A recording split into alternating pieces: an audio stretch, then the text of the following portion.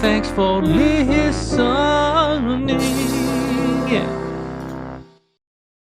Hello, everybody, and welcome to We Say Things, episode 223. Suns fan here with the Cinder, the Man, and some bald guy from Ireland. Where I can actually hear my voice on your headset, Shane. Yeah, I lowered it. Thank you. You're just extremely loud. In the testing, you weren't this loud at all. Oh, you're like twice as loud as you were in the test, Shane. I'm just more excited. What can I say? Okay, I'm very excited to be here with Cinderin. And are you on the right mic? Why? I think so. Is it the wrong Okay, mic? maybe it's good now. No, he was just being really loud. I was just shouting. Now I was have to shouting to check. match the energy. Oh, yeah. Sorry, I don't get that concept. Yeah, it's okay. No, it's fine. We're good. Anyway, Shane, hello. Welcome. For people that don't know Shane, you're going to have to wait because we have to say thank you to our patrons that's first. A good bait. I like that. That's good. They'll definitely hang on. They're more important, of course. Cinder, would you like to take the first half today? Of course I will. I have them on my second monitor this time, Shane, so we can do a great backup recording system that we have. Very professional. Yeah. Thank you to STGC Daniel. Humbled Bookmaker recommends Relic Arena. Oh, very good. Please do a belch instead of reading this name. Unlucky. Maybe Shannon gets it next week. Mr. I Love the NBA segment was in Copenhagen last weekend and paid €9 for a Coke. How do you even live, Cinderin? I don't live there, and I would not pay €9 for a Coke. That's how I manage. Pepperballs, T-Coil, Q-Lutz is ready to praise the podcast. Stupid Copilot, Lab Dota, Yatoro does it again, Cinderin. Magdev, there are billions of gamers on Earth, and most haven't even heard of, let alone tried Dota. Something marketing. Disco Farm D and the Mega Pope.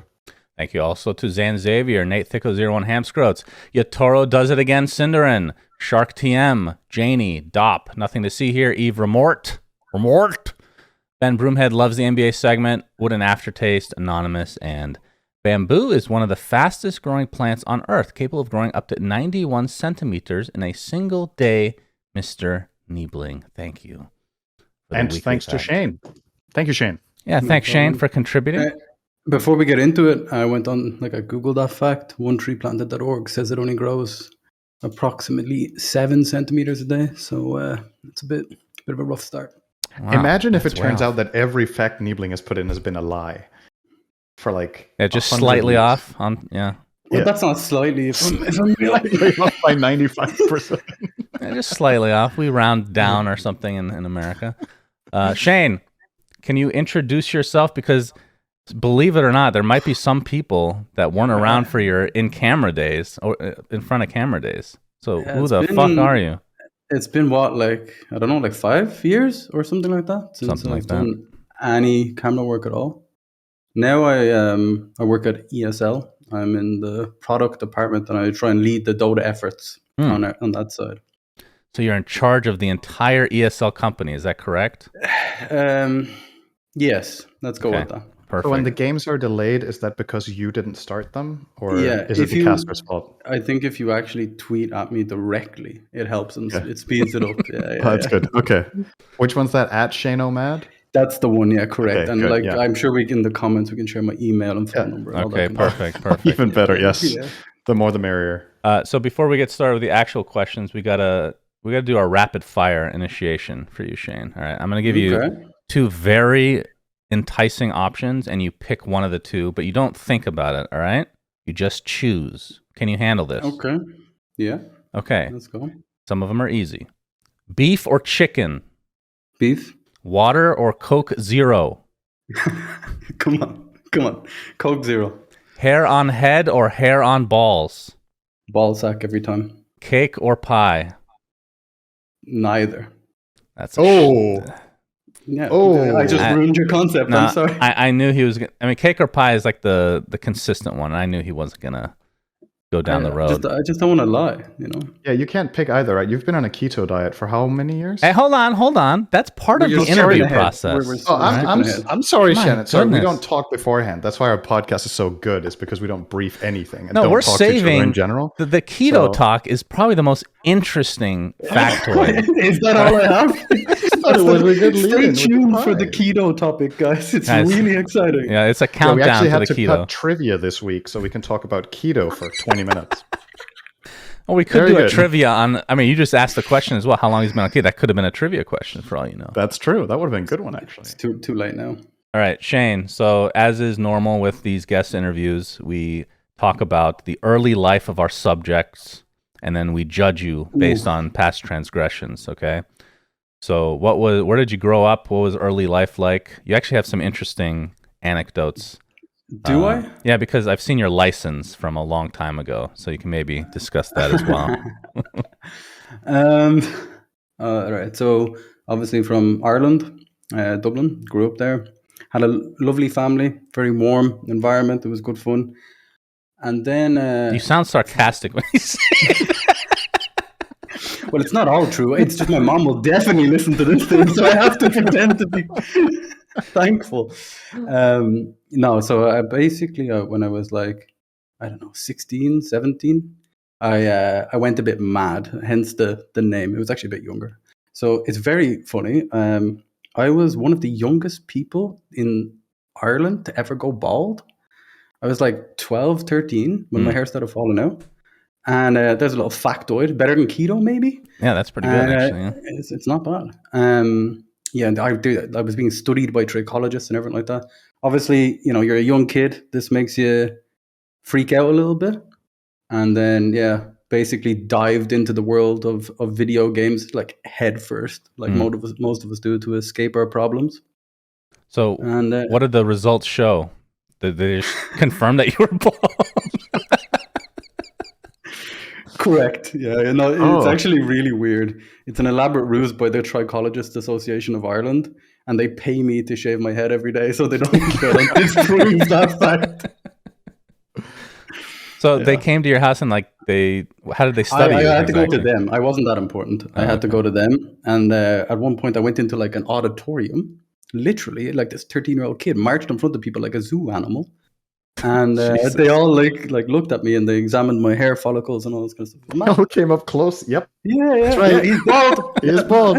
You're good. Okay. That little one's bald. Oh, that's crazy. Then went to like pretty off the rails, I'd say, when I was 16, 17. Like partied very hard, went crazy. Went back, played Dota for 5 days straight, then went partying again. Yeah, pretty weird. I'd say my life started taking actual shape when I was like 19. I went back to school and then went to university. Started moving on to Counter-Strike at that point. Oh, actually, yeah, the more civilized game, I would say. Well, some would say that, yeah. Indubitably. Always playing Dota on the side as like the fun game, and then started playing Counter-Strike. So you played Dota before CS? I didn't know that. Yeah, but like I was like trash. I mean, like I didn't know what was going on. We went to a LAN cafe, and nobody knew, anything. We would like Lycan wasn't allowed to be played because the wolves were too OP. Like that was the level we were at, right? Wow, that's impressive. And I mean, for many years we were that bad.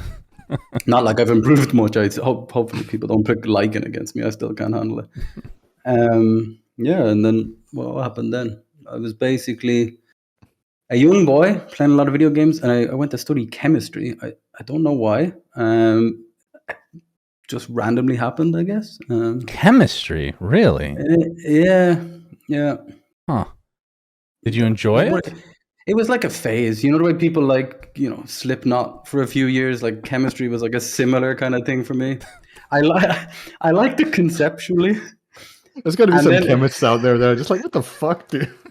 It's just a phase, It's something you get over, You like the theory behind it's so cool, right? Like what makes things happen, how like reactions happen. It's like it's a cool concept, and then you realize you just do the same thing with like, I don't know, a fucking beaker for like 12 hours a day. You just pour like 20 milliliters of that in, and 20 milliliters, and then you do this 1,000 times. That was a bit of a realization. Let's put it that way. So the repetition of that was too much for you, but playing Dota and CS, which are all about doing the same things over and over, I think it's because in university the lecturers are too positive about things.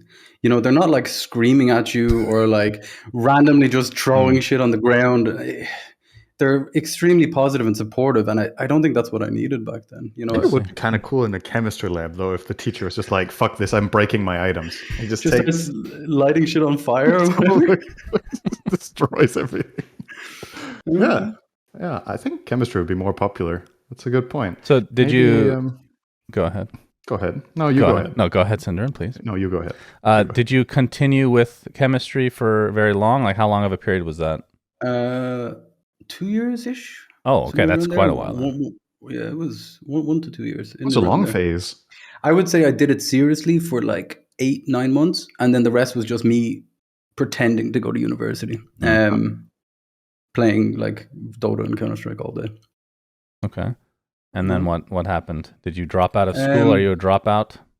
I definitely dropped out. Went home, and I was like, didn't really know what to do with my life. So obviously back to Dota. Went full in there, and I made this. I joined this community from Reddit called Dota Noobs.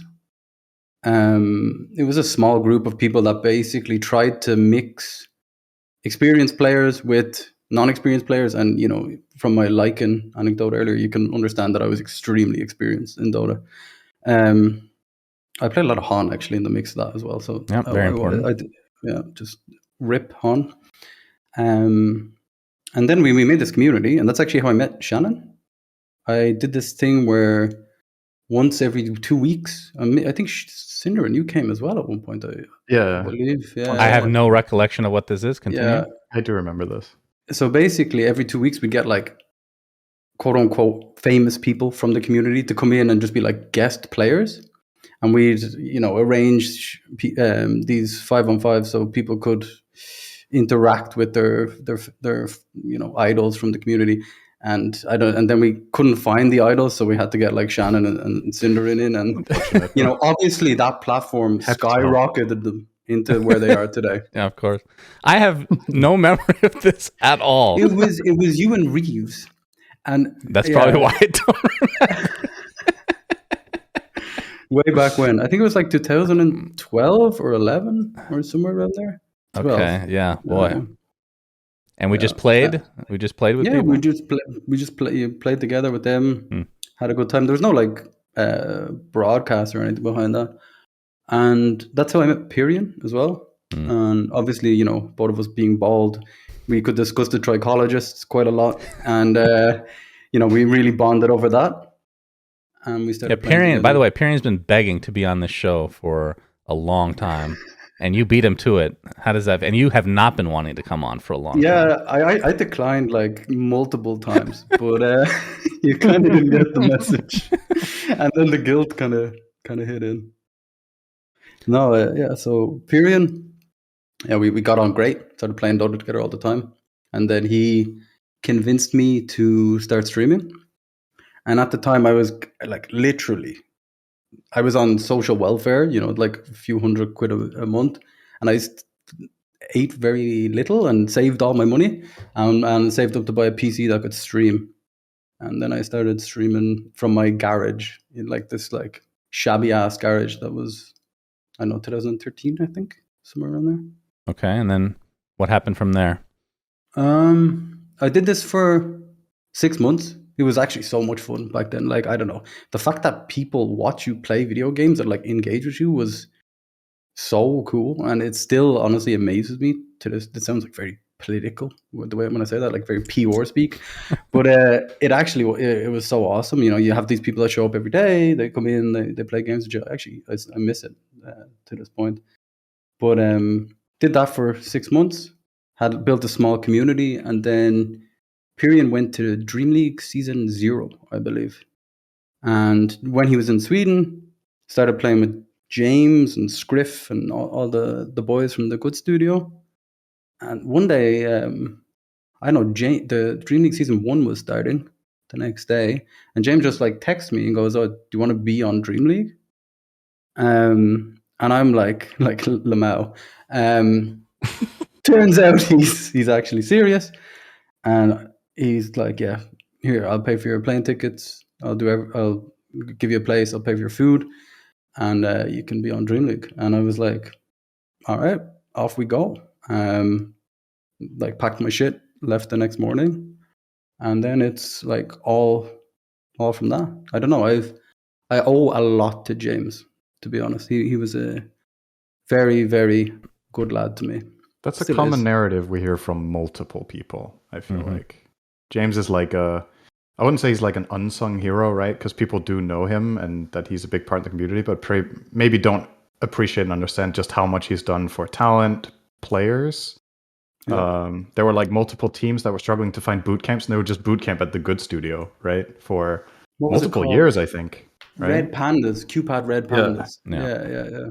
But there The were other Sing teams Sing team. afterwards that just used it. I think Puppy boot camped there a couple of times with some teams, and yeah, he's always been very accommodating and looking out to try to help people. So that's Yeah, he's a I good lad. didn't know he was the one who gave you your first chance. That's really cool. But it's not Yeah. surprising, to be honest. So. There was the funniest part is, right, I told them, like, actually, maybe I imagined that I told them, but in my head, I'm thinking to myself, like, holy shit, I can't even give a presentation on some like microorganisms in front of like 20 people in a class. How the hell am I going to do this? And it was, dude, it was so bad. I'm not even like, I was sweating from head to toe. Like I'm shaking. Were you using camera at all during your streams? Like, yeah, but like, it was like a 420p thing. You could see like an egg shape, and you kind of assume there's someone there. And this was like, I got in, I couldn't believe it. There's like this huge studio, like camera operating people. Like I've never seen anything like it in my life. And I remember my microphone kept on falling off my head, and I'm like shaking, trying to fix the thing and everything. Oh my God, absolute tragedy.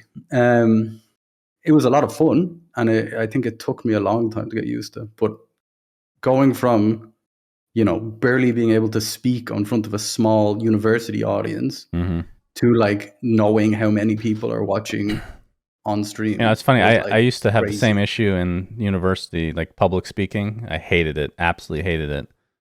And I think that's actually kind of common in general, especially for a lot of people that start out with their esports career, if you will, like just casual streaming. I think whether you think so or not, that probably helped you. Probably would have been even worse if you didn't have some of the streaming. It couldn't have been worse. I'm not telling it.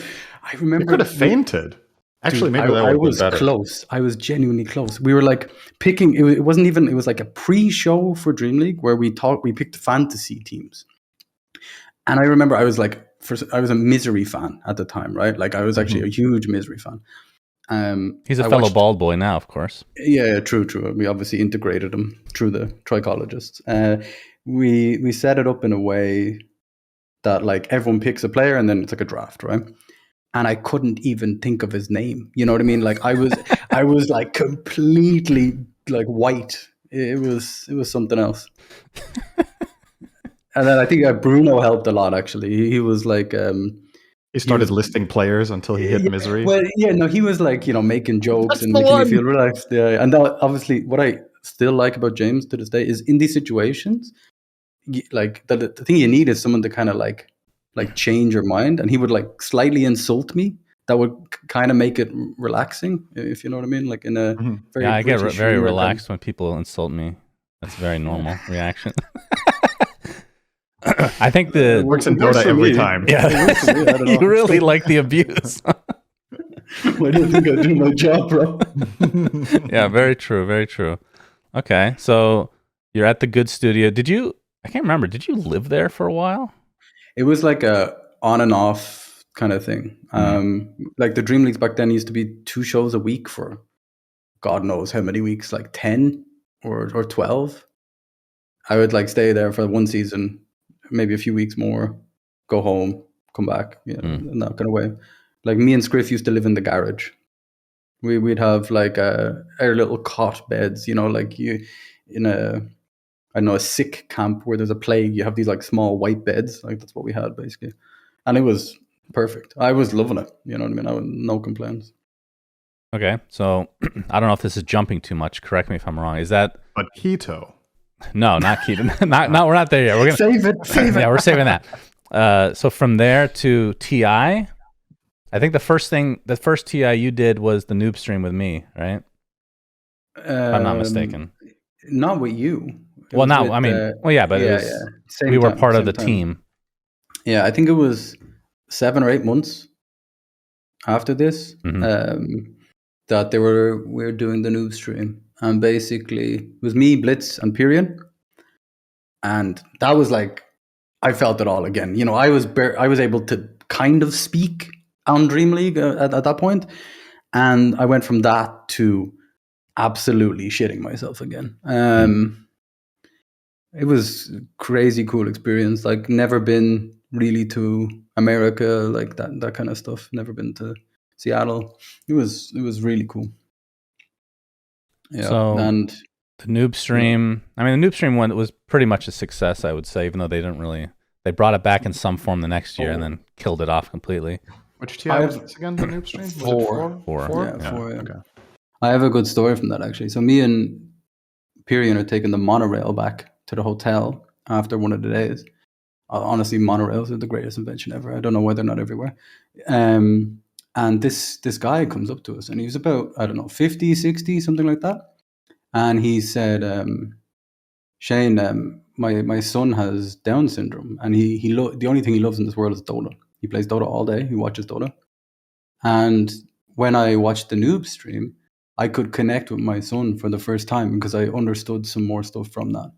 And when he said that, I was like, I don't give a shit if nobody else watches. Like that's me. Mm-hmm. That's me happy. And that was like one of the coolest points, honestly, of the TI. It was awesome. Yeah, that's amazing. That TI is the first time I signed boob, so I can totally relate to your story. Yeah, I feel completely. Like yours is way cooler.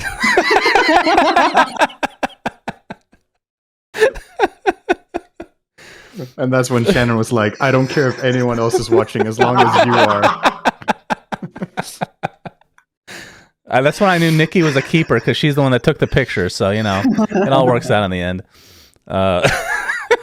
So TI, success, and then going from there, what happened? Because you were at, I don't know how many TIs you were at, actually. 2. I worked at 2. I worked at TI 6 on the panel. Like the main panel, which was, I'd say, different, because previously I only worked with Shiver and James, and the host at the time, I don't know, I'm not going to name any names, but had a different style, like a completely different style, and it was very strict, and like I didn't know what to do. I'm going to be honest, like, you know, I was all up for the relaxing banter, you know, throw a question at someone, throw it back, play it cool and have a good time. And this wasn't that at all. You know, everyone would have their 1.5 minutes to speak on a topic, and then the next person would. And it was like, no, like everyone has their style, and it just didn't work for me. You know what I mean? I don't think it worked for the viewers. I mean, I think the scripted style is just not. It just doesn't work. Was this the ESPN year, or was that TI 5? It was, yeah. It was. That was the ESPN year. I think so, yeah. I see. Was that 4? That was 4. I remember there was one year where it was meant to be ESPN style, and the community at large was like, this panel is way too stiff and way too quote unquote normal TV. No, that was 4, I think. That was 4? Okay. Or 5, yeah. Because they added this panel and then a draft panel, I think, to mix it up and make it livelier, which it did. It definitely worked. It was just, you know, for me, it was a little hard because I never worked with that person before. That was TI 6? Yeah. And were you not at another TI after that? No. Well, you dodged that on TI 7, because that would have been really awkward with the panels that they had. Holy shit. That's probably the worst panels of any TI, easily. Just so cringy.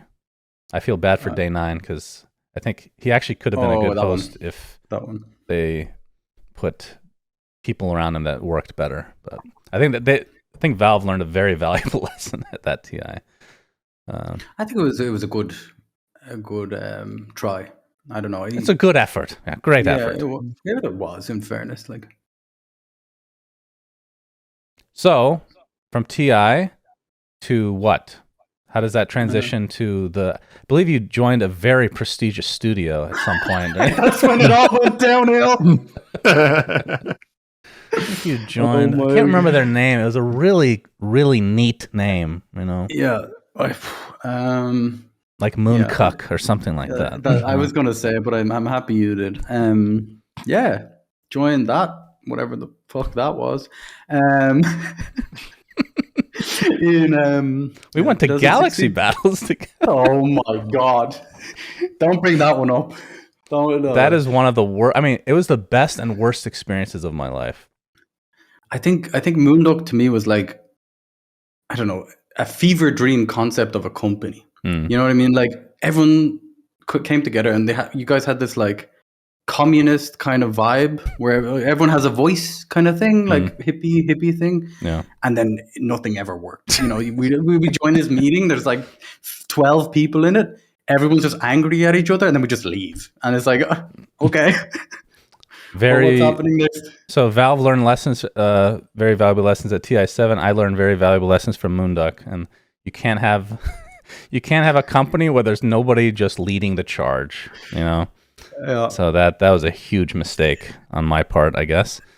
And I was like a pleb in that company as well. Like you were all quote unquote shareholders. I don't know what shares of what you had. We still don't know to this day. The merch that got given away for $1 at TS. Shares of disappointment. We got to hold all of that. I had my fair share of that as well, actually. So I don't think that was. Well, congratulations! You're also a shareholder. Yeah, that was fun actually. I remember captain's draft. I don't think Shannon would find that fun, but that was very stressful. Yeah, there's something I forgot in the meantime. Actually, I did these like local LAN parties. Oh yeah, the Ireland, right? Yeah, there was a guy called Alan. He was like the main guy with me. He was awesome. Shout out to Alan. And essentially, we would do. We build these LANs, a few hundred people, absolutely scuffed. Like, you know, when I'm running every element of the event with zero experience, and you know, I'm a caster. Like, casters don't understand anything. Like, literally, nothing hang about on. esports. Hang on now. I'm not even real. Yeah. I went in and like it was a disaster, you know. But at the same time, it was so fun and lighthearted that no one gave a shit.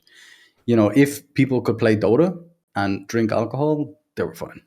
Like Shiver, OD Pixel, Pyrian, Scriff, they all came over, and we had like a professional talent lineup with 300 euros worth of production equipment. So it was good. I think I lost a lot of money purely on the alcohol. Like the rest was fine. It's a pretty big expense, I would imagine. Yeah. Well, it was like by far the majority. Just trying to keep Shiver and Owen and everyone cast and giving them the. You know what's funny? Like I think back now because I went to a lot of scuffed lands as well back in the day, and it's kind of nostalgic because it doesn't exist really. Like when's the last time you were at an actual just LAN?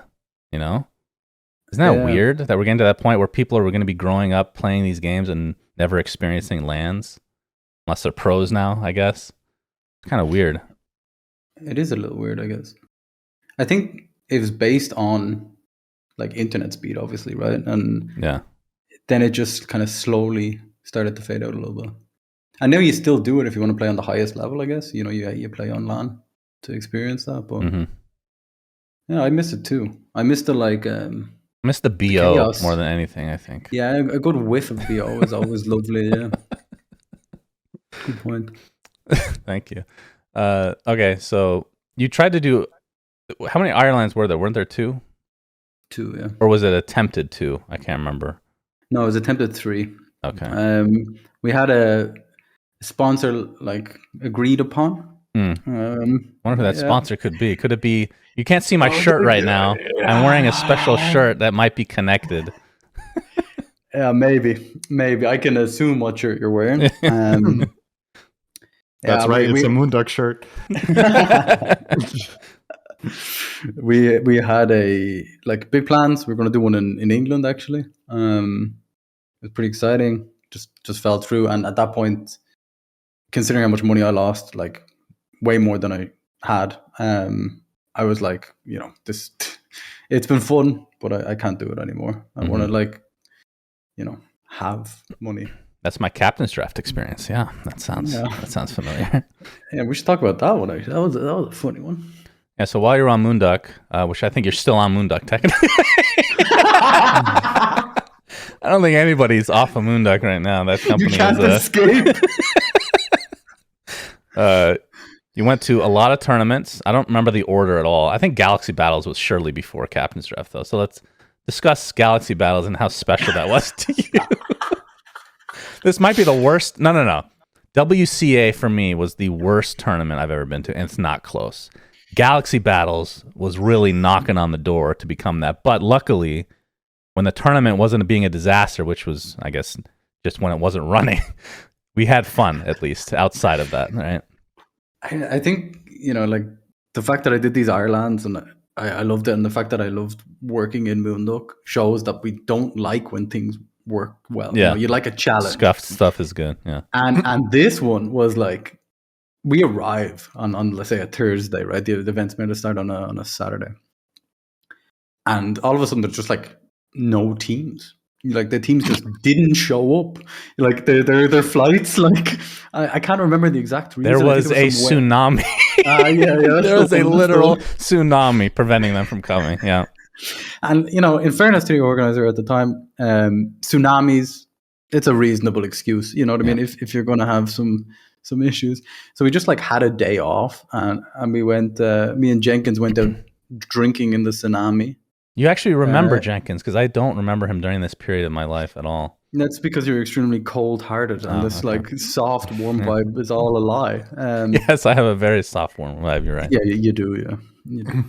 Yeah, we went out partying, everything, and then the next day, we go to the venue and we're about to kick it off, right? And there's like nobody in the audience. Like, I mean, nobody. Just to clarify this, if ESL ever has no one in the audience, it's not my fault. Moving on.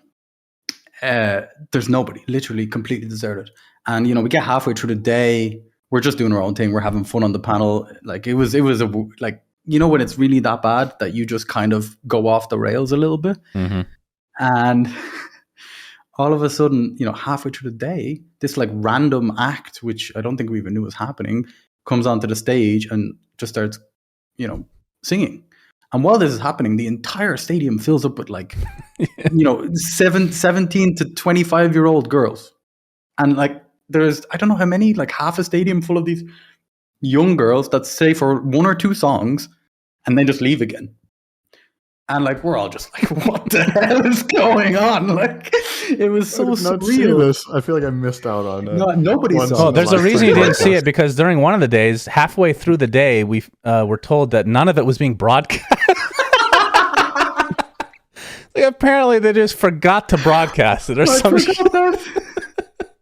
It's like, it was such a scuffed tournament. Yeah, it's in this fucking arena. Nobody shows up. And my God, it was... And the funny thing is, like, the staff, you remember the staff for Galaxy Battles? Like, there were, like, legitimately 50 helpers. Like, it was egregious, the amount of people that were trying to help you. And that means nothing gets done because they just go to each other. And there's no actual chain of command here. Moonduck setup. It's very similar to Moonduck, yeah. Nobody does anything. Oh, that was quite something. But yeah, outside of the tournament itself, I think during the finals, the stream went down for a good game or so, if I'm not mistaken. I love this though. I don't know, like it was so much fun to work at these events. Like, it wouldn't be fun if I was running the event, but it was definitely fun to work as talent. Like, it was just so relaxing, I think. I think I argued with Nahaz more than I ever had in my entire life. Really? Arguing with Nahaz? I've never heard that one before. Yeah. He's fun to argue with. So because he's so easy to get all huff and puff, right? He gets so upset so quick. I didn't even have any strong opinions. I was just like, all right, I disagree with that. And then he just...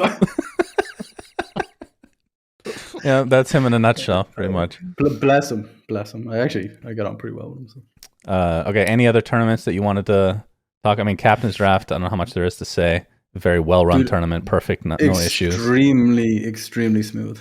That's right. I did makeup. I did a bit of IT. What do you mean did makeup? What the I put makeup on everyone. Really? Yes, I was the makeup artist. We didn't have a fucking makeup artist, and I was the one doing it. Do you remember anything? No. He thought it was Jenkins. Wait, was Jenkins at that? No way, was Jenkins at that tournament? I don't think so. No, because I did the invites and I didn't know he existed still at that point. So. Yeah, still unsure. Yeah, and then, dude, we made all the chairs. Oh yeah, we had to put the chairs together. Oh ourselves. my god, it was a grind. Yeah, it was like literally only. I'd say 50% of Moonduck was disappeared. I think Cinderin was probably like in a cafe. Yeah, he fucked off somewhere. Drinking or just general negligence as usual. What do you mean, Shannon? We're talking about the one in Washington, right? Yeah.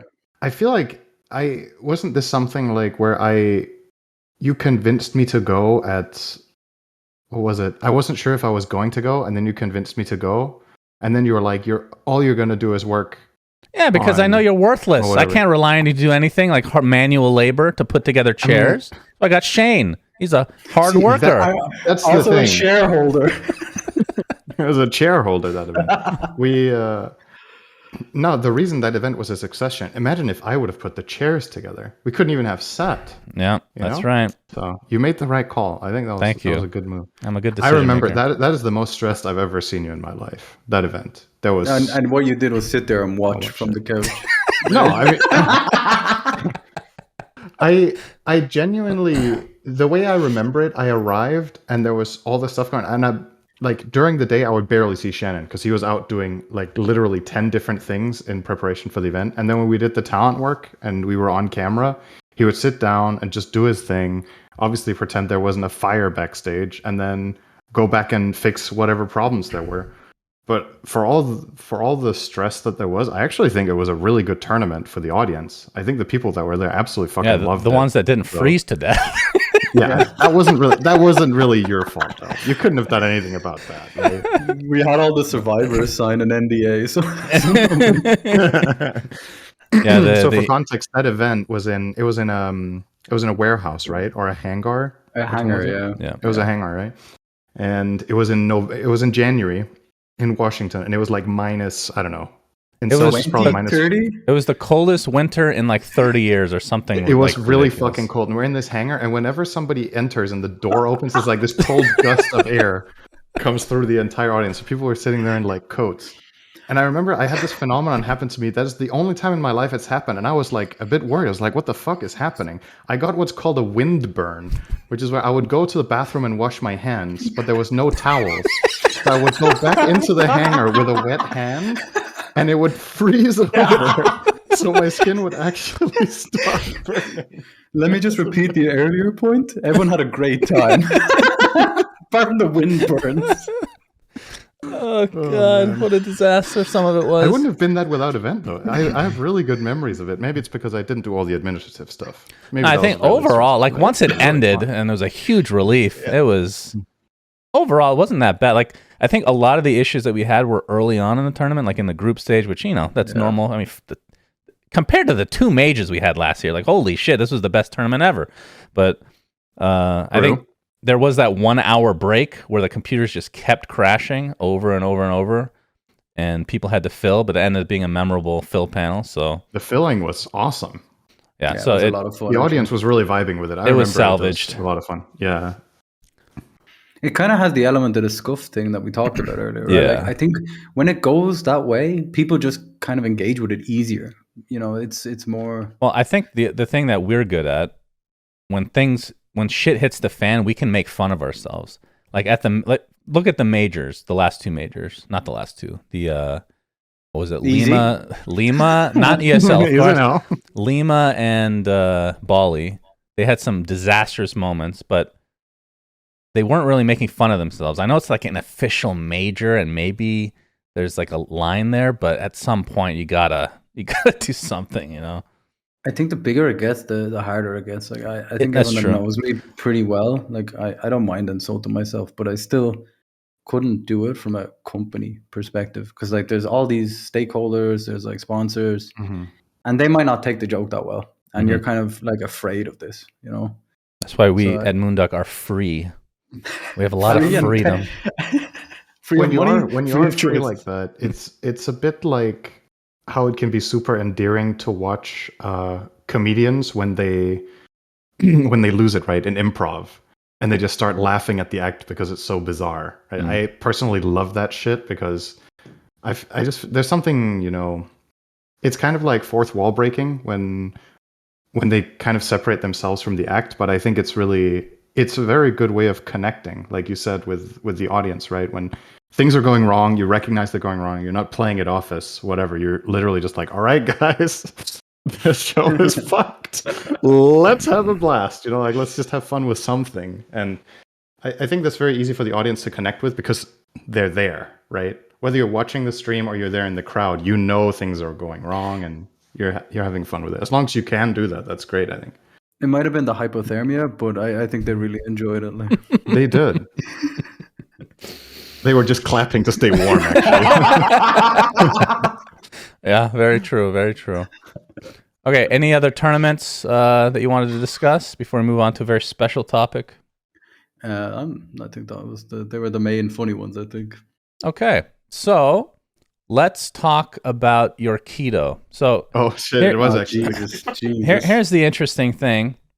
I went on your Liquipedia, which I usually do for guest episodes, just to see if there's anything I've missed. I'm surprised you didn't delete it at this point. In the trivia, this is what it says. Okay, it has like a bullet point list of things about you. It states on the first line, Shane lives in Dublin, Ireland. Obviously, false. It's currently false.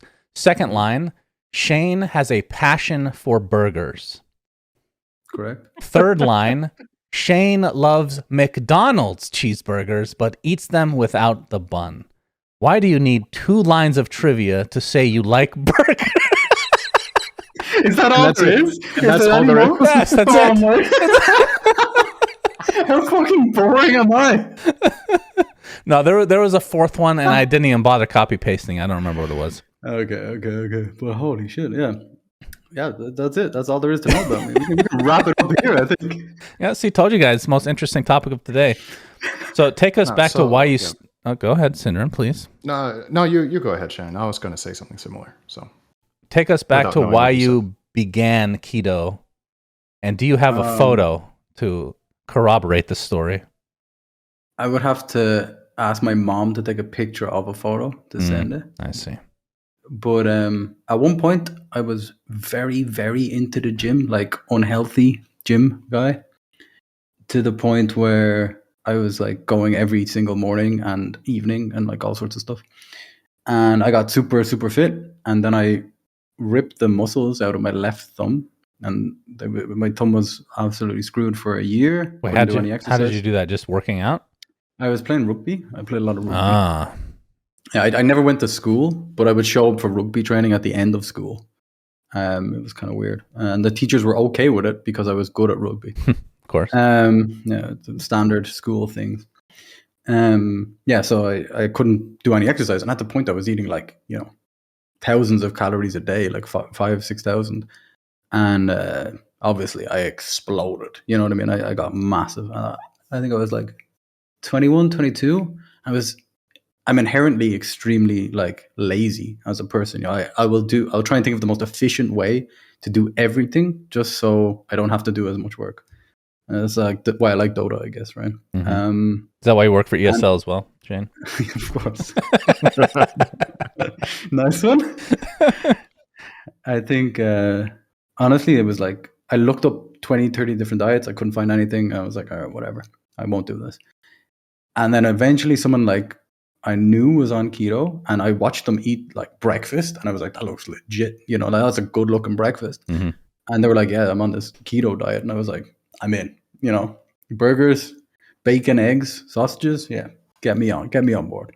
So there's probably quite a few people in the audience who haven't heard about that diet before. What is it? What are the rules of the diet? Essentially eat under a certain amount of carbohydrates a day. So your body uses a different form of energy, which is fat, to give you energy, essentially. So what's your limit? It depends. Lately, I tried to eat less meat, actually. So my Liquipedia is even more lying now than it has been ever. So I don't know, like 30 grams of carbs a day, something like this. And I've done this for 12 years. It's almost gotten a bit ridiculous at this point. That is ridiculous. Yes. Yeah. So for a lot of people, from my understanding with ketos, it's exceptionally efficient at losing weight when you're obese, and then it like tapers off in effectiveness, but it's still a good way of losing weight in general. When you reached, let's say, a healthy weight, how come you didn't go off the diet? Were you just used to it? Were you having problems when you tried, or did you just never try? I just loved burgers, and Every fucking event, including Galaxy Battles, it's always McDonald's. Get me 20 patties of burger meat. Like, what do you mean 20? Like, literally 20 patties, please. No bun. So, I don't know. I just like the simplicity of it. I don't know. I would eat the same meal. I think I ate like literally burgers every day for like 4 or 5 years. I don't know how I'm alive. Do you have deficiencies then? I'm like, no. I like all blood check, everything. I'm not. This is going into some sort of keto pitch here. But it's getting kind of sketch now. Yeah. Let's wrap this one up. But no, I'm good. I'm good. I have deficiencies from gaming. Actually, I have my mental the nerves. Oh, okay. No, the nerves in my neck and back are absolutely screwed because I played like when I used to stream, I would play like 16, 17 hours every single day of Dota. Still absolutely trash. But so, during this 12 years, back to the keto, of course, because this is the most interesting. Of course, yeah. The circle. New sponsor coming in today. What is the most carbs? Like, have you cheated any days? Have you gotten sick from cheating? No, I've cheated accidentally. Like, I don't know, someone bought me a shot when I was drunk, and it wasn't like, say, vodka. And I drank it, and I was like, "Oh no!" And like that was the limit of my cheating. But I've never. So you haven't had a piece of cake, like, okay? What was your favorite sweet? Let's say before you started this diet. Burgers. I'd say Lion Bar. Is that a thing? Oh wow! Yeah. I mean, not really a thing in the U.S., but yeah, I know what it is. Pretty good. So you haven't had a candy bar, even like a bite, or have you had a bite? Because you're allowed to have a bite, surely. 30 carbs, like how good do you think you would be in a blind soda taste test about whether one was diet, zero, or a real? So my girlfriend didn't believe me. Sugar. She did not believe me that I could tell the difference, right? Mm-hmm. So in Germany, there's a lot of hipsters here, right? It's full of hipsters. I live in Cologne, and they have like 20 or 30 different types of Coke, all brewed in different areas.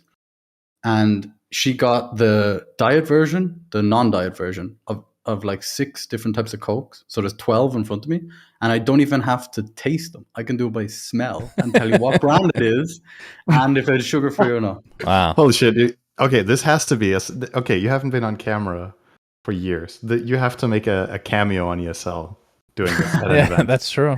The Shane taste that would be a good this is segment. a really good sponsored segment there, Shane. Yeah. I don't know if I could do it with Monster, but I'll try. Hashtag Monster Gaming. Yeah. No, it's the whole put. Like, I feel so weird. I would feel so awkward being on camera because it's like, when you're talent, like at least somebody from the outside chooses you to go on camera. Like, so it's not like. But if I did it, it's indirectly like my choice to do it, and that makes me feel really weird. Like Tarantino putting himself in a movie as a camera. Yeah, exactly. Back in my heyday, Shane, I was in these terrific little skits, part of DHL. I don't know if you've heard of these, and you were in those actually at many points. What's the difference? We couldn't actually find anyone to be an actor. We were extremely desperate. Oh, I see. Okay. And I'm a natural. Yeah, you are. Yeah. Like naturally. Yeah. Okay. Do you have any other questions, Cinderin, about keto before we move on? Was that our core topic, though? Like, I don't know if we move on, this is going to get grim. Now, the reason it's such a special topic is that I don't think I know anyone else in gaming that's on that diet in general, and you did it for so long, because I've tried it myself for like 2 or 3 weeks, right? Slacks. But he has not been on it for like 12 years, right? No, it's been like 2. Been on it, but you're right. Actually, Slack's been on it for like 2 years. I have this impression that Slacks will not want to stay on keto forever either. It feels like for him it's like a means to an end. Right? But I've also seen him cheat. Like he's okay cheating every now and then. Yeah, I watched him cheat during K-On! Like on front of me, and I was like offended by that. You know what I mean? His diet, just context here, it's important. Yes. Yes, of course. Oh yeah. Sure. Yeah, probably in front of me. I'm into that chick. Like I didn't know this was a kink shaming kind of at my bachelor party. He finally had Hagen. That was and Totino's pizza rolls. He went ham on the cheating. Oh shit! On his keto diet then. So, I like as the host of this show, can we move on to another topic? I feel like everyone's already left anyway. We have two hosts. Cinderin is the co-host here. Somebody steer this ship really in the enjoy right it. direction. All right, so final topic. Well, it doesn't have to be the final topic, but your ESL gig. How'd you get it? How's it going? You can pitch us ESL ideas, Sure. Brainwash us. So I've been trying for years. Essentially, I was like still doing some talent work, like it was chill, it was good, but after a certain point I got pretty bored. Like you kind of just show up and you can put effort into research and you can do this, or you don't, and it very rarely makes a difference. Like a lot of talent do now, to be honest, put more research in. Yep. I'm aware. You're on the list. And basically, I didn't feel like I was learning anything. I also wasn't very good, to be fully like honest. I was not the best talent when it came to this. I wasn't like tier 1. I liked you, Shane. Oh well, I think you should come back. I don't want your pity right now. It's too late for that. It's not pity. I want your soda testing. He's trying to use you for your for your taste buds. Every event, I just do it with different drinks. It's like then I just leave. No, I imagine just, opening GI. You're sharing with this soda taste. You're all waiting for this. Just place you in. Come here. Just 40 bottles of soda. Diet. Come on, diet. Dude, I'd be pretty hyped in the audience, honestly, but just Cinderin and Shannon going fucking nuts. I would fucking cast this, man. That's great. This is a great idea. Oh, they're gonna give him a diet Coke. He doesn't know, of course, what it's gonna be. It's diet. Nails it again. So anyway, back to ESL, of course. Yeah. And then I was also like, I don't know. I wanted some more stability a little bit. Like some months you earn money and quite a lot of money as a talent. Some months you might not earn so much.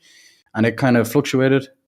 And then we did this Red Bull Battlegrounds event. Gaming Grounds? Battlegrounds? Oh, yeah, that's the one. It was a bit of it was a complete disaster, honestly. And it was with DSL. Hopefully none of the people that worked on it still work with me today, because they'll be mad at this. So it was a disaster. It was really all over the place. And I kind of randomly took it upon myself to try and fix it. I ran some very successful Irelands in the past, so I knew what I was doing. I'm a bit of a tournament organizer myself. I dabble in tournament organizing. Anyway, tried to help them out. We did okay. I'd say we salvaged it to some description. Met some ESL people there. And then fast forward a few months later, I'm like, fuck it. I log into LinkedIn. I think I made a LinkedIn account. Oh, wow. I know. When you make a LinkedIn account, that's desperation right there. Yeah. You're sweating. So I make that, text one of the boys at ESL. I say, yo, any chance, like random chance that you have some sort of job. I could wing whatever. I can learn it. And he's like, oh, we do actually have we have the show that we don't have a host for. And as a part of that, we could make you a full-time contractor and you could do some like social media stuff on the side. I'm like, fuck it, let's go. Go over and basically I'm like the host of this weekly show. We find pros for the future. So we go into like the concept is that you try and find someone who's completely unknown, has zero fans, just a pub player, and identify them as a potential talent for the future. Not many people watch the show, but the first person I got on my show was Thompson. The very first guest. Wow. Yeah, it was pretty funny. And fast forward 8 months later, and he won TI, which was kind of cool, honestly. Part of that one. You're a big part of that. A little flex there, yeah. It was all me. I built up his confidence. We had a lot of discussions about like his play and stuff. I'll give some pointers. We told him to try keto and his MMRs. I said, try keto, ban lichen. You're grand. Yeah, I did that for a while. Then I don't know. I just really liked making content. I just loved it. It was so fun to make people happy and see people react in a positive way to your stuff, or even a negative way if they think it's shit. And we start building content for social media. Started making some DHL stuff with Slacks actually back then as well. That was good times, like really good times. Yeah. From there, basically I moved into Counter-Strike a little bit. Like did Counter-Strike, Dota, and a few other games, and I would lead the content and the marketing for that kind of stuff. That was like about 2 years ago or so, and then just before the Stockholm Major, I started getting more involved again in Dota, like from a organizational point of view, and an opportunity came, and I was like, let's go. I've always, Dota's been the game for me, so why not try my best to make ESL Dota great again? And I'd say, for better for worse, we've been doing pretty all right. It's harder than you think, I'd say, to like steer such a large ship. It's a lot of employees. There's a lot of people involved. A lot of people have their own agenda, their own thing, and all of them want the best.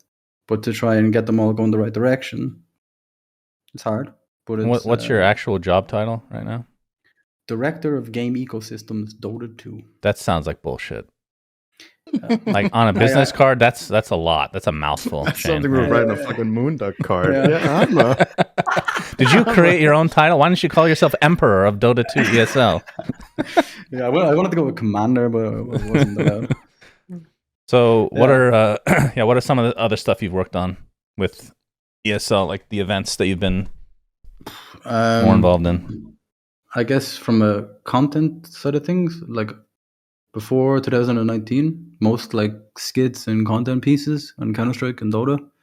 We only started actually making skits in Dota recently, and we want to like try and push that more. But I'm from a like I guess leader point of view in the product department. After Stockholm, every event I've been involved in to some description. So what do you mean when you say skits more specifically? Like something that's like tailor-made to tell a joke, that has actors in it that are telling a narrative rather than just like an interview question or something like that. Okay. Yeah. So like, a fictional situation where it has a funny result that has editing, essentially. Mm-hmm. And that was a lot of fun. And now I look at Google Sheets all day. Sounds like fun. And make PowerPoint presentations. You can that's an esport, technically, the spreadsheets. Right? Dude, that is the sickest shit ever. I don't know if any of you guys haven't watched the XL World Championships, it is so hype. I watched about 2 minutes, and that's all I could get through, I think. I don't know. I just love how excited they are about it. Yeah, they are excited. It's that's what people think about Dota. Yeah. I just love how excited they are about it. So what would you say is the thing that has been most surprisingly easy and most surprisingly difficult about progressing inside of ESL, like the position you're in now? What came really naturally to you, and what was something you really had to work on? So when I joined ESL, I didn't know how to reply all to an email. Okay. That was the hardest part. And once you overcame that. I just said that as like the baseline for where I came in at. It was weeks. I mean, like maybe even months. And like people are like actively telling me to do and reminding me. I'm just literally pressing the same button, whacking out the email. All good. But honestly, on a personal level, like I get on with most people. I'm a pretty straight shooter. I try and be as honest as I can with everyone. and it was easy in a like social environment, because everyone's kind of just a nerd too. Like the company is literally just filled with people that played a lot of games and really fucking love games. So when it comes to getting on with them, it was like natural. It's funny. There's almost like some, you have your StarCraft players and they're kind of a certain way. You have your Dota players are a certain way. The Counter-Strike players obviously is the coolest. They're always like hanging out and looking cool and stuff. And it's really nice because you can like connect with people automatically. Whereas in a normal company, or like I did some random jobs back in the day, and you go into work and you can't really connect with them on anything apart from work. But in ESL, you can just talk about games, and it's just an easy connection. Especially when you go to events that these events are long and the hours are crazy, and you just kind of build bonds there. I'd say the hardest part for me was like trying to understand that everyone has the right intentions, but sometimes their actions, like dealing with like conflict and this kind of stuff, everything doesn't always work well. It doesn't always work perfectly. And trying to be, like mature and calm, understanding that other people are genuinely trying their best. They just don't see it the same way you do. And this was hard for me. Like it's like in Dota, when you're struggling in Dota or something's going wrong, you have the tendency to blame other people. And I'm not even kidding. I think Dota taught me a lot about how to act, what to do. It taught me communication, trying to calm crazy people down on my team. It taught me efficiencies, always looking for the right farming pattern. Yeah, I think Dota can do a couple things, right? There's two ends of the spectrum. It can teach you patience, which is what you're talking about, or it can teach you alcoholism, which is the other end of the spectrum, right? Where you're just a rageaholic or something. And there's no in between. No, there's no in between. You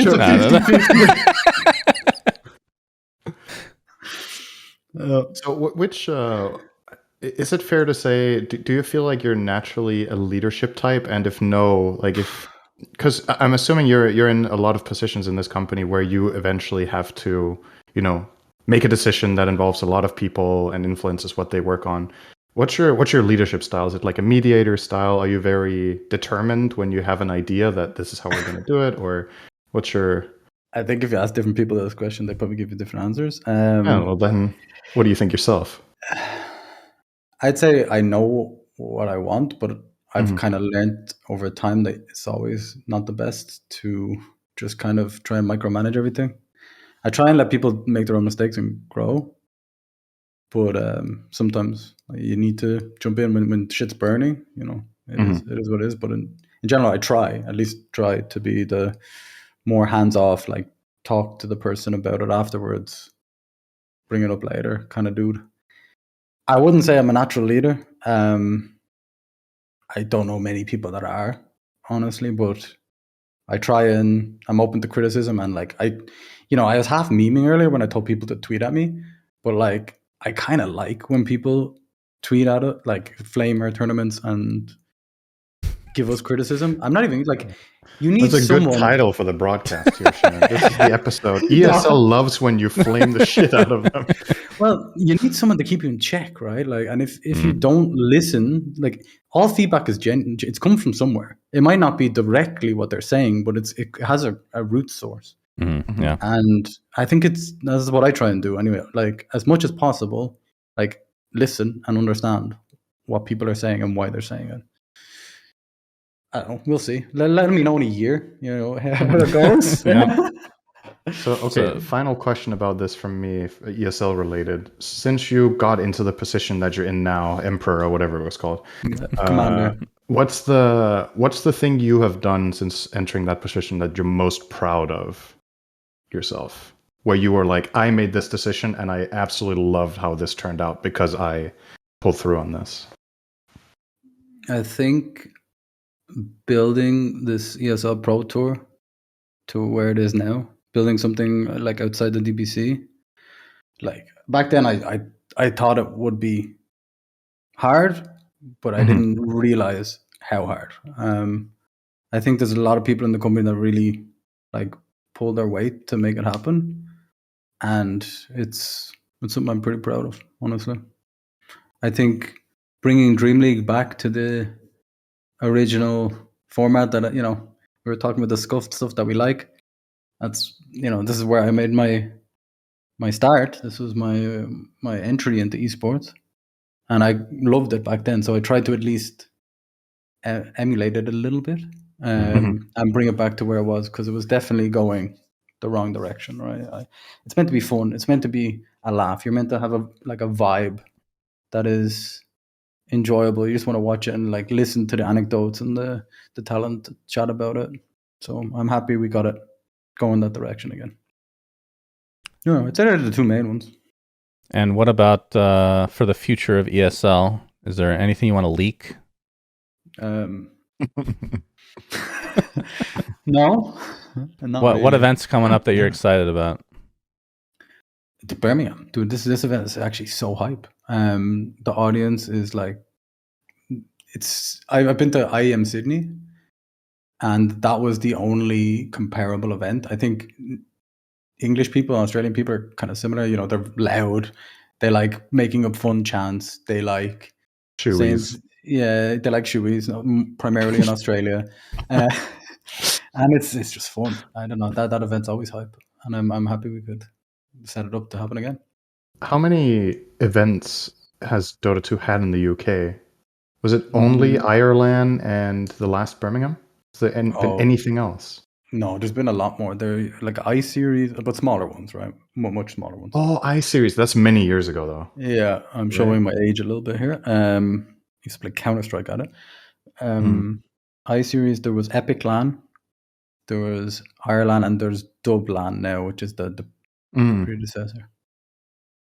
But yeah, in terms of magnitude, Birmingham is something special, of course. Yeah, I think if you go into other esports, there's like Rocket League, there's a few other things that happen there as well.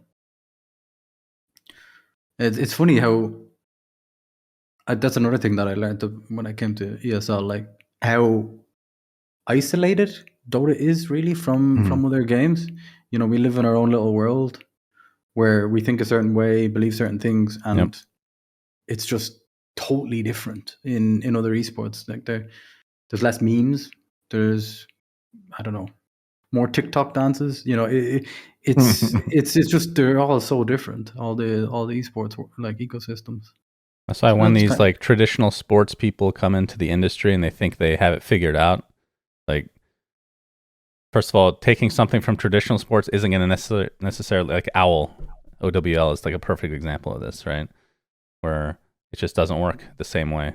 And then you go to another game and that might actually work. I don't know. Like, it's just, they're drastically different. It's so weird. It's like some, I don't know, when you go to the Amazon to study tribes, it's like kind of similar to that, right? Like we're just in our own little part of the rainforest, all screaming at each other and going mad, breaking our items. And like, if you looked at this from the outside, you'd be like, what the fuck are these guys doing? These guys are animals. Yeah, that's true. So you have the event coming up in Birmingham. What decides where the events go? Like, how does the process of venue selection work with country, with city, with arena, all of that stuff? How does that start? Essentially, I think the main thing for me is I want like a hype event with a hype audience and full arena. That's what we look at first. Like, we look at viewership numbers, we look at interest of the country, and that's like the primary driving factor. Sadly, it's very hard to get venues at the moment. So I wouldn't always say, like, Birmingham was our first choice, but I wouldn't always say historically that's been the case. Sometimes you want to go somewhere, doesn't work out, you go to number 2 on the list. And what number is Phoenix on your list, Shane? It's just after Dublin, actually. So 792nd. No, I actually don't know. I haven't really looked into Phoenix, I'm afraid. You should. It would be really convenient for me. That would be so funny if you had one in Phoenix and you did not invite me. That'd be In great. the arena, the basketball arena. Oh, the Suns arena. Oh, yeah. Yeah. So there's also like other elements that I think it's very hard. So you need a lot of specifications for a venue. There isn't that many venues in the world, and I think people underestimate how difficult it is to find something that's has good infrastructure, good internet, good power. B is accessible, so people that can actually get to the event, and C has a roof. Right. It sounds simple, but in every major city, there's maybe one or two, and if you're lucky, more. And in the cities where, at the end of the day, the goal is make cool events, but also make them sustainable so we can do them for the next 25 years. When Shannon is actually an old man and doesn't have to put on the voice. That's right. So like that's my like two things that I try to balance. And have you tried to open your mind, Shane, for a second here? Okay. Have you considered when you using speak, it automatically closes? Yeah, I have to really focus. Have you considered a smaller venue? Like, is it worth it to do in a smaller venue? Something like a Benaroya, for example, right? So it seats like a few hundred people. Obviously, it's being annoying to like fly people down. Like, is it actually that big of a difference, like revenue wise, or like from a company standpoint, to do it in a bigger arena? I think you always want to like give as many people seats that want to go. You have to kind of lead that fine line between either or. And at the same time, like, I don't know, I don't want to show up if I sponsored an ESL event and I show up to the event, I don't want to see like 100 people in like office chairs just sitting there and be like, oh, I paid money for this. There is a level of expectation which is completely reasonable from the partners to have a sick event. So we always go for the sick event. It's a tough one though, because I know what you're saying. Like, I really like that style as well, but it's just not that's for someone else now, right? Like now there's ESL's too big, huh? Too big for their britches. It's a bit like that. But it's more like I need someone else to make Moonlook. Like, that's my dream. For like someone else to create. Someone else ruined their life making that company. Yeah, that's a good idea. Dude, it's fucking fun. It is actually fun. It's maybe not the best business decision, but Dota's like thrived on this. I think you always need like a balance, right? And like Dream League is more in the chill vibes, but I'd love to see someone else come in with a more like, Beyond the Summit. That was like the coolest content. Honestly, I loved watching the summits. You see, I don't know, Puppy and No Tail on the couch chatting to each other about life, mentioning Dota, and you need that balance. And I really hope that this year opens that up. Yeah, okay, that's a good segue because that's the topic I wanted to end on, the DPC. I guess first start with what you thought of like the previous iteration, and then now that we're in this different version, how that's going to work for you guys and how you like it overall. Pretty loaded question in a way, but I would say the previous DPC was like the DPC in general. I like the concept a lot. You have tier 2 scene supported, you have tier 1 scene supported, and they all lead to somewhere. I think it was just hard for people. When you're like, and then this is kind of what Valve said in their blog, when you have constraints and restrictions on format, on timings, on a lot of areas, it's very hard to do anything innovative. And you kind of just follow the formula. And that got boring from my point of view. And I think everyone, including Valve, noticed this. So I'm kind of happy that they decided to go for the Wild Wild West of Dota again. Oh, because good old days. Like we've mentioned like 20 times in this call already, and chaos breeds innovation. And I think it's hopefully we see some more chaos. I like it. So you think this new format is going to, I mean, we've already seen some of it already, but it's going to benefit the third-party tournaments. Do you think that there's any, like, what's the downside to this type of format? I think when there's quote-unquote free time, everyone just kind of goes for it. Like, yeah, it's like a gold rush. Yeah. Yeah, and I think it's going to be crazy. And like, if you wanted as a pro player, I think you could play like all the time. You know what I mean? For the next 12 months straight, nearly. That's dangerous, and I hope that teams, look after themselves and don't, you don't have to play in every tournament. It's very hard to say that, because obviously when they're good, they want to, maintain their streak. I'd say that's the biggest downside. What else? I guess I can, if you're not completely sure, I guess I can do a follow-up question. With the current format and the way things are set up, how do you think Valve should invite for TI? Because they didn't announce anything. I think they should use the ESL Pro Tour as the main.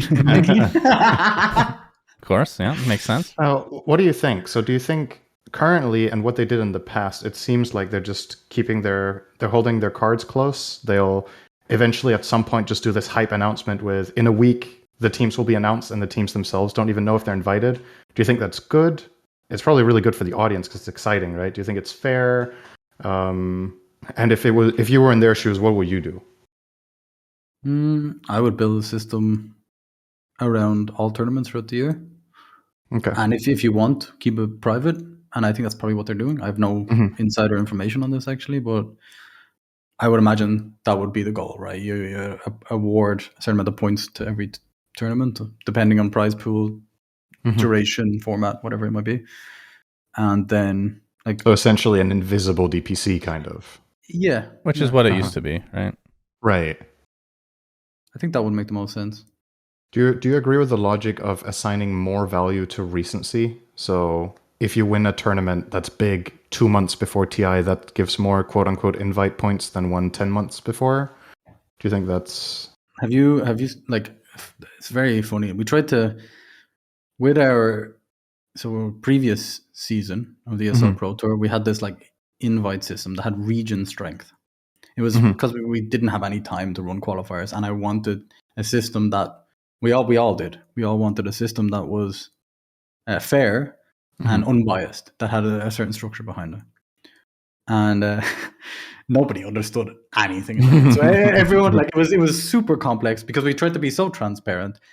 And I kind of think Valve probably are thinking the same thing. They looked at us and they were like, we're not doing the same thing these idiots did. We'll just invite based on our own system, which we won't, document. No idea, though. And sorry, that wasn't your question. My question was basically, what would you do? Would you, in their position, would do the same thing? Do you think the invisibility is the best? I think if you want to maintain an unbiased angle for yourself, which it seems like that's what they want to do.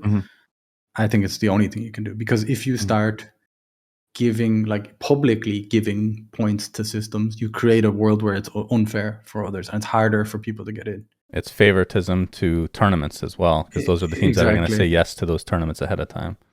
And then it becomes a battle for, I don't know, duration, prize pool, whatever the mechanics might be behind it. And it explodes, I think. All of a sudden you're joining the ESL tournament that's 9 weeks long. And, 12 hours a day. That's a joke, by the way. Beautiful. Thank you. All right. It's a tough one, but I think that's the correct way to do it. Sinner, do you have any other questions for Shane? Or Shane, do you have any topics you want to discuss? What's your favorite food that you discovered on keto that wasn't burgers? A serious question. Yeah, back to zucchini noodles, zucchini bolagnese. Okay. Huh. Okay. I just have a question. I'm surprised how seriously you took the question. I was like, Shannon's gonna lose this shit. Yeah, good question. I thought if I answered quickly, we could move on. I was clearly proven wrong. We just circled back to the most important topic, of course. What about the Manscaped thing? Are you guys not sponsored by this anymore? Not right now, no. Oh, Jesus. They haven't renewed. I was hoping for some free samples. That was the only reason I joined. Fuck this. I'm sure we can hook you up, Shane. You did say at the beginning that people could tweet at you to give feedback. I would like to not ask a question, or I'd like to issue a complaint live on this podcast. Now, unfortunately, just so the audience knows, Cinder and Shane cannot see me right now because I had a little bit of ghetto set up here, but whatever. But behind me, you've seen my stream. You're an avid Suns fan stream watcher. There's an ESL 1 trophy. Correct. It's glorious. ESL 1 Genting, which of course Digital Chaos took. And I was not there, but I did take the trophy eventually. But why has ESL changed the trophy? It's worse. Way worse now, Shane. Get your shit together. This is top priority. The first time I saw the trophy, like full transparency, I didn't like it. And it's kind of grown on me. And I actually have come to like it. And the issue with your complaints, Shannon, is you actually give like 20. You're the biggest moaner. There was actually a time where we were filming one of these DHL things. Shannon and me are sitting there. We're drinking our Coke Zero. Should get them as a sponsor, by the way. Yeah. And we're chilling. And Shannon's like, it's very cold in here, and the window is like 30 centimeters away from him, just wide open. And I'm like, what do you mean it's very? Just fucking close the window. And he's like, oh no, I don't know. I'm talented. That is what I'm dealing with here. So when you say anything, it's automatically degraded like 40 points. Cinnamon, do you have any actual complaints? I don't actually remember this. I'm drinking a Coke Zero. The Coke Zeros are never cold at ESL. Well, I was going to follow up on the trophy thing in a different direction, because we talked about this a couple of episodes ago. What do you think about the idea of celebrating top 3 a bit more at events instead of crowning the champions? Because there was this discussion, should we have a salary, right? Podium ceremony with top 3 where they get medals, and so that the tournaments aren't only about the winners, but also it's a great achievement at a major tournament to get top 3. It's very difficult, but in terms of the amount of attention you get for a third and a second place compared to the difficulty, maybe it's a bit off. What do you think about that? I think historically in Dota, people didn't really care about most tournaments, like the teams. Mm-hmm. Like there was a point where TI was 100 times the prize pool of any other tournament. Right. And it's pretty hard to care. Like 400,000 euros is obviously a lot of money, and it is a lot of money to most people. But when you play for 400,000 and then next week you pay for 40 million, it's a little hard to kind of balance that. I think it's obviously changing, and I think for better or for worse, like whatever you think about the prize pools getting smaller, etc., it's the right way to go. Like it really, really is, because it makes tournaments matter. It means that like instead of creating this vacuum of engagement for the Dota community around TI, all of their tournaments become important, like relatively. And this means that maybe a ceremony like yours is awesome. But if we tried that, before I did this job, like say 5 years ago, the fucking third place team wouldn't even show up. The second place team be already gone. They just wouldn't care. Well, I think there's another aspect too. I think to make this work, it would have to work from a production standpoint. Like they'd have to make it entertaining to watch this. But when the team wins, typically what happens, like imagine TI where the winner doesn't go and pick up the Aegis right away. That's actually very awkward. Like, oh, wait, we need to give out medals all of a sudden during this. Like, I think these ceremonies, if you want to call it, they can get pretty cringy.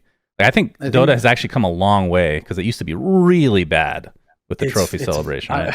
I remember so many times during Dream League where we couldn't players couldn't open champagne.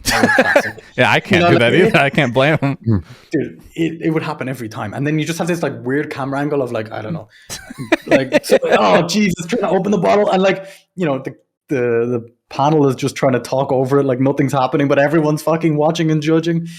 It's surprisingly hard. And I think, you talked earlier about like other tournaments that happened last year and the other majors and stuff. And it's kind of like, I don't think ESL events are perfect. Like, don't get me wrong. I see all the flaws. I'd say I'm pretty hard to work with in that regard, because I struggle to accept success, if you know what I mean. I'm always looking for ways to improve.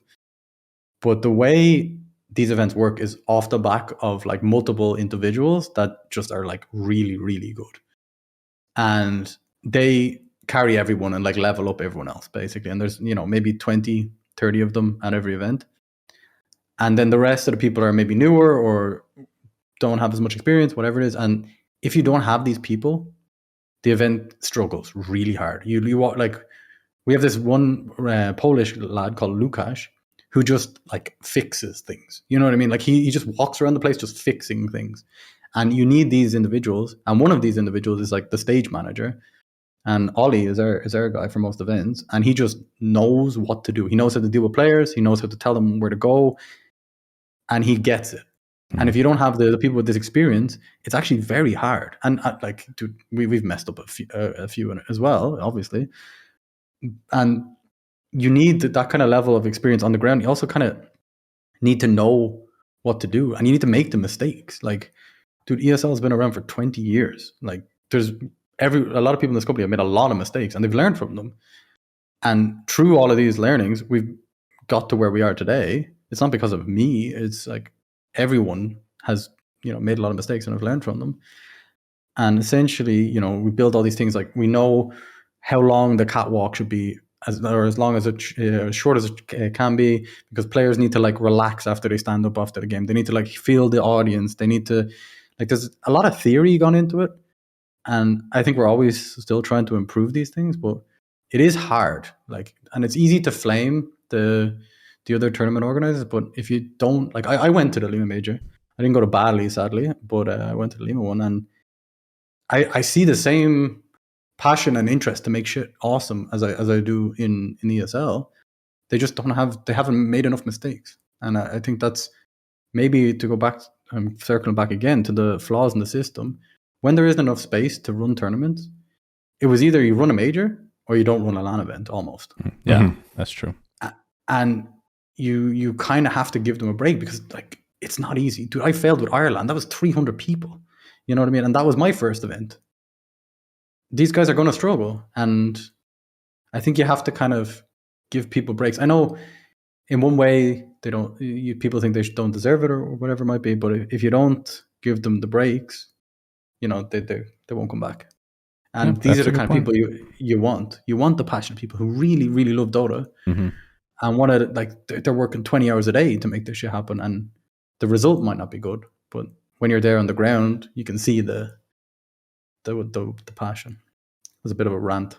No, I've never heard that perspective, actually. That was really good. Yeah, I think the perspective that a lot of people have when they see a flawed production with as many flaws as some of these have had is that they should not have been given this big of an event in the first place. Like, they could have definitely, this is something you could build yourself up towards, but like you said, how would you do that in an environment where you don't even get to make step number one? It's either you jump straight up the ladder to the top, or you can't do anything, right? So it's they kind of just went for it and took the risk with everything it entailed, and that's obviously really admirable, but also stupidly difficult. So it's even deeper than that, I'd say. Like, it's in Dota, it's top heavy, right? Like, the tier 1 teams get viewership. When you go down to tier 2, tier 3, it's pretty hard to garner any viewers. And to run an event like this is fucking expensive. And to achieve the sponsors you need to guarantee a certain amount of viewership. Thus, you need the best teams. And in that period of time when the DPC was happening, there wasn't the opportunity for that, right? Like, teams would just say no. And I think it's a challenge for a team, because they want to focus on the DPC, and they want to practice for that. So they don't want to go to, say, South America, to Lima, to do an event. And it's hard. And I think I've kind of got obviously a different perspective to everyone, because I've been there. I've been in the shit, and it's it's kind of difficult, because I know how much they care, and I know how much they're trying. It's not like for example, I'll just focus on the Lima Major, because that was the one I was at. These guys are not like millionaires trying to make a quick buck. You know what I mean? They're Dota guys that just want to make a cool thing for Lima, and it's yeah. Back when we got the minor, they were giving them out like candy, right? As a part of the official DPC. Yeah, they gave one to you. They gave one to me for some reason. They gave two to GESC, who still never paid anybody. Apparently, that is not something Valve's gonna remedy, which is weird. But yeah, that's a really good point. They just didn't have opportunity to actually do anything other than a major, really. And who would turn down a major, right? That's a really good opportunity. So when are we bringing it back? Maybe. Yeah, that's a good question. Boy, it's really giving. I really want to go. I mean, now that Slacks wants to do Midas mode again, you know. Oh, yeah, he's all professional these days now. That's true. Yeah. I'm afraid that Midas mode might not be scuffed enough for my taste, you know. Too professional these days. We need to go as guests and just start unplugging shit. Yeah, you know? Exactly. Yeah, that's not a trip. What were his ads in Midas mode? The ones with the my vape, god, the vape, the piss, the alien piss or whatever. Alien. Oh my god, that is probably the most. That is the most Undertale bizarre fucking ad I have ever seen. With the Euro beat in the background, right? Like, you know, that was like, the guy flying around the screen, flashing ASCII art on screen, cars driving through. You know what the best part was, right? If you haven't seen this, by the way, you should like YouTube Midas mode. What is it? Vape Piss or what was the name of the company? Alien Piss. No, Alien Piss. I don't know what the name of the company is, but yeah, Alien Piss is what people remember. That was the vape flavor or whatever. Okay. But basically, it was genius because we sold the sponsorship for like nothing. I'm pretty sure, like very little money. But they sponsored the pause screen, and in Midas mode, that like obviously, like it was so scuffed that we'd have pauses like 4 times a game, and it'd just be like all the time. Yeah, he had to make different versions so it wouldn't get too repetitive. And like Slacks used to edit in Movie Maker, or when like what was it was Windows, like the basic editing software. I cannot believe he used that for so long. And you like in the middle of like pauses, he's just like panic, like editing to like it was so good. Fucking Slacks. Yeah, we forgot to talk about Midas mode, I guess, but I'm glad we caught that. True. Good times, buddy. Okay, I think that brings us to the end of this guest episode with the great Shane O'Mad. We appreciate you coming by. Even though it took you probably a year and a half to finally come through and show up. Cyborg Matt has taken 4 years, so he has you beat. I'm just going to be very disappointed if I don't get the free products that I came here for. Manscaped gets a free ad. Appreciate that. They're not paying us anything. You guys should really pay them. I actually wanted to buy your products because of this podcast. That's right. I'll send on this clip. Appreciate it. Yeah, thank you. No worries.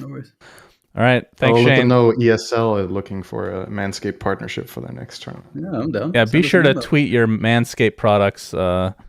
Get the address from Shane. O'Mad. Send him pictures on Twitter of your nicely shaved testicles. At Shane O'Mad. Yeah, you don't want to open up that can of worms. Looking to do some patterns if that's possible too. All right, guys. Until next time, Suns fan Synderen and Shane signing out. Peace. We say things that don't mean anything. Subscribe. But thanks for listening. Yeah.